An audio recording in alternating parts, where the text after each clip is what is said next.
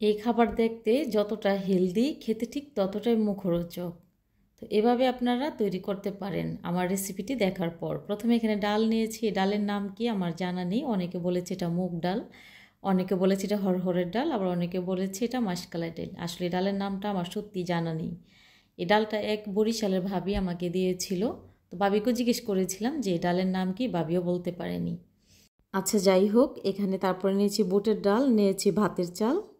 তো খুব ভালো করে ধুয়ে নিচ্ছিলাম। যখন ভালো করে ধুয়ে নেওয়া হয়ে যাবে তখন আবারও পানি দিয়ে ভিজিয়ে রাখবো 6 থেকে 7 ঘন্টার জন্য।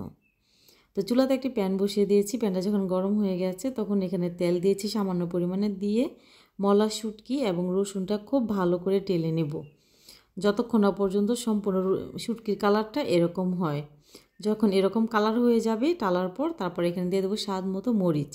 এই ভর্তাটা একটু ঝালঝাল করব, তাই মরিচের পরিমাণটা একটু বাড়িয়ে দিয়েছি। আপনারা চাইলে মরিচের পরিমাণটা আরেকটু কমিয়ে দিয়ে এই ভর্তাটা তৈরি করতে পারেন। তারপর এখানে আগে মরিচটা পিষে নেব। মরিচ যখন পিষে নিয়েছিলাম তখন অল্প অল্প পানি দিয়ে তারপরে পিষে নিচ্ছিলাম, তা না হলে কিন্তু বাটতে অনেকটা কষ্ট হবে। তো মরিচ খুব ভালো করে পিষে নিয়েছি। আর পিষে নেওয়ার পর এখানে যে শুটকিটা টেলে রেখেছিলাম ওই শুটকিটা দিয়ে দিচ্ছি। শুটকি আর রসুনটা একটু পিষে নিচ্ছিলাম।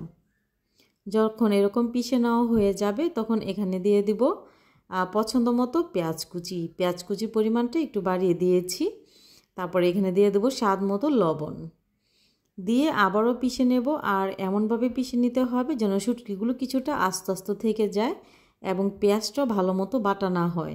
পেঁয়াজটাও আমি অল্প বাটা করে নিয়েছি, নিয়ে আবার একটু মাখিয়ে নিতে হবে। মাখিয়ে একটু ভালো করে মিলিয়ে নিচ্ছিলাম। তো ভর্তাটা আপনারা দেখতে পাচ্ছেন যে মাশাআল্লাহ ঠিক কতটা লোভনীয় হয়েছে। এই ভর্তাটা যে খেতে এতটা মজার আপনাদের কি বলবো, আপনারা একবার ট্রাই না করলে বুঝতে পারবেন না। এই মলা শুটকির ভর্তাটা খেতে কিন্তু দারুণ লাগে। এর মাঝে চাল এবং ডালটা ভিজে ডাবল হয়ে গেছে। তো ব্লেন্ডারে জাগে নিয়ে নিচ্ছি। তারপর এখানে নিয়েছি 2টি কাঁচা মরিচ, নিয়েছি কিছু রসুন কোয়া, গাজর কুচি নিয়েছি, পেঁয়াজ নিয়েছি, পেঁয়াজের পরিমাণটা একটু বাড়িয়ে নিয়েছি। তারপরে ব্লেন্ডারের স্বার্থে এখানে দিয়ে দিচ্ছি পানি, আর দিচ্ছি 1 চা চামচ সরিষা, দিয়ে খুব মিহি করে ব্লেন্ড করে নিয়েছি। তো সবগুলো এভাবে করে ব্লেন্ড করে নিয়েছি। তারপরে এখানে সামান্য পরিমাণে পানি দিয়েছিলাম। তারপরে দিয়েছি এখানে হলুদের গুঁড়া, স্বাদ মতো লবণ, দিয়ে খুব ভালো করে মাখিয়ে নিচ্ছি। আর ঘনত্বটা ঠিক এরকম হবে। তারপরে আপনাদেরকে আমি চাপড়িটা তৈরি করে দেখাচ্ছি। আর এই চাপড়িটা যখন হয়ে যাবে তখন এখানে সামান্য পরিমাণে তেল দিয়ে তারপরে এই চাপড়িটা তৈরি করতে হবে, তাহলে কিন্তু মুচমুচে হবে।